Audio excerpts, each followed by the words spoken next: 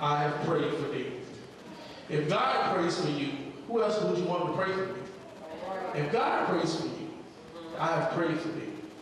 So we go back to Luke here. What we're looking at this time, this is Judas. Judas is one of the disciples, and he is being tempted by Satan. So he's doing the way he said that the devil came to him. Notice that where was Judas? Judas was alone by himself.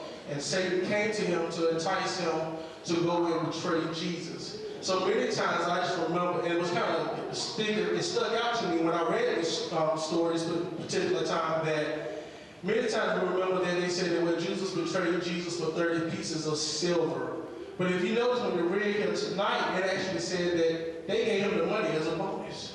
If you notice, they said that the money, they conspired to give him money after he had already said he was going to do it. So Satan was behind Judas doing this particular thing.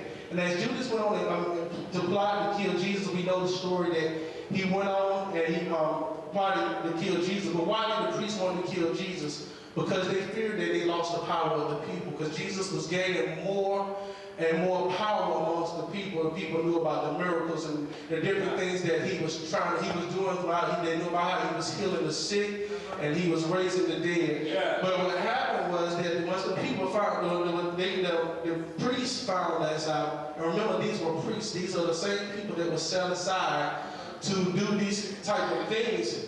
They didn't like that because they feared that they were losing their power. And so many times we look at this political structure right now, there's so many things going on in our world. We've been shaken to our core. There's different things going on. We see people losing their homes, some people are losing their jobs, and even some people are even taking their own lives behind this.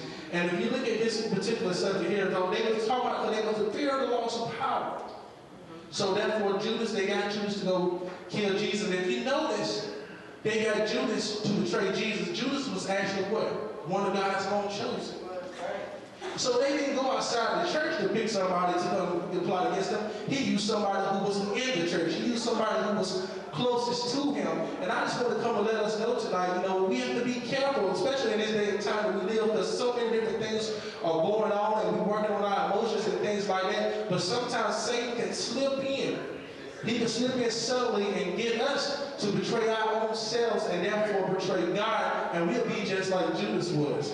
So if you notice here, then he goes on to say, he sold his own soul for money. And it was 30 pieces of silver, and even then, he didn't take the silver. He cast the silver away. So Jesus even forewarned the disciples when they were sitting at the table. He said that one of you all was going to betray me. So he even told them, he even knew that he had a wolf in the midst, so to speak. And even though he had a wolf in the midst, he knew that this was planned, because if Satan knew that this plan was what God had already planned, he said he would have never did it. He would have never allowed the Son of Man to be crucified. But we know by him being crucified, there we live. And because he was crucified, now we are able to live. Because I know I ain't made it out here on my own. I can't do everything by myself. I failed many times. There are many things that I tried to do on my own that I just didn't make it. But God knows, because he died, and because when he died, I was able to come back to him for forgiveness. Therefore, he wipes the slate clean to give me another chance. Because this walk in Christianity is an endurance walk. It's not a walk of how strong I can be. It's not a walk about how fast I can be, because the race is not given to the swift or to the strong, but to the one that endure. He's a just man. It's not just because he fought, but he's just man. It's just because every time he gets up, he knows how to come back to the fall. God knows we're going to fall. That's why he had this plan set up for us, because if we was perfect, we would beat him. And he said we can't beat him because it's only one of him. So if we continue to look on down here, Jesus, he knew that one of them was about to betray him. Then he goes down, and you notice here, I don't know every time you ever see it, he said, Simon, Simon. We also know Simon and Simon about Jonah. We also know him as Peter. So basically, I always call him Peter. So he's like, Peter, Peter, Satan desires to sift you as wheat. What did he mean by sift? Have you ever seen anything sifted? Something sifted is shaken violently. And when you shake these things violently, most of the time when Jesus gave him the parable of being sifted as wheat. When you're sifted as wheat, what's happening is the wheat is sifted in such a rigorous manner that it is separated from the whole. The good part of the wheat is separated from the starch of the wheat, so to speak. So you just imagine so many times in our life, God, see, Jesus already told you, Peter, I have prayed for you, because Satan desires to sift you you as we. So many times we're in life, different things come about our way, and we're shaken violently.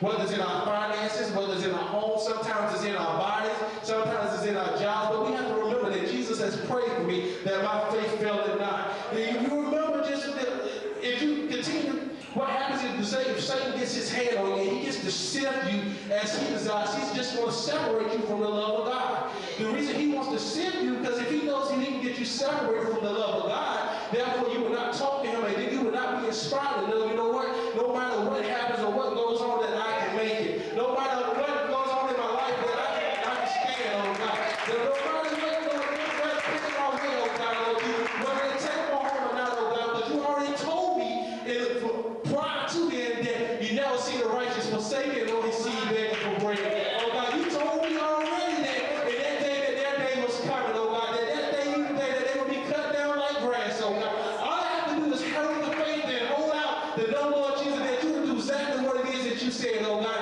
that he that begins a work in thee, that he's able to finish it in me. Oh God, because I know that I'm more than a conqueror through Jesus Christ that strengthens me. I know if I can run this race, I can run this race, I can fight the fight. Paul said he fought the good fight of faith, that I champion the faith, that I fought the good fight, that I kept it on to the end, oh God. Lord Jesus, for some of us, Lord Jesus, God just wants to sit, God just don't want to allow us to be stiff, oh God, because he knows if we're sifted, that we won't be in connection with him any longer. And our lifeline is to always be in connection with him. And if you notice after this, then he tells Peter tells Peter, say, you know what, after you sit there, I want you to go on and just strengthen your brethren. He just said, I didn't pray just for you, but I prayed for you because I knew Peter by definition is Petros, which is rock. And I knew that you're the rock of, I built, he can go back and forth to say back in Matthew, upon this rock I will build my church. Not so much Peter being that rock, but the foundations of the church being built on that truth that Peter revealed who Jesus was to him. Because he asked him, he said, well, who do you say I am? He said, I said that you are the Father. He said, Peter, that heaven and earth, no man revealed this to you, but only my Father in heaven. And upon that truth that this church was built against, and that's what the gates of hell should not prevail against. This church is just brick and mortar. It's just a building, but the church is within us. Each and every one of us is a member. It even says so far in the word that a hand cannot do the job of an arm, but we all pieces in this together. I might not be in front, I might not be in the back, but I have my due. If my body does not work all together, I'll have some issues. If I lose my big toe, one of the smallest members in my body, I wouldn't be able to walk around this room pretty efficiently. I couldn't stand up like I needed to stand up and walk. I'd be off balance. I wouldn't be able to run it. Even if I lost my thumb, I know the small member, I couldn't grasp things. I couldn't hold things in the hand the way I desired to use it. So even the smallest members in the body have a big function in them, and we all function. Even big as I am, if I didn't have this tongue to talk, I couldn't communicate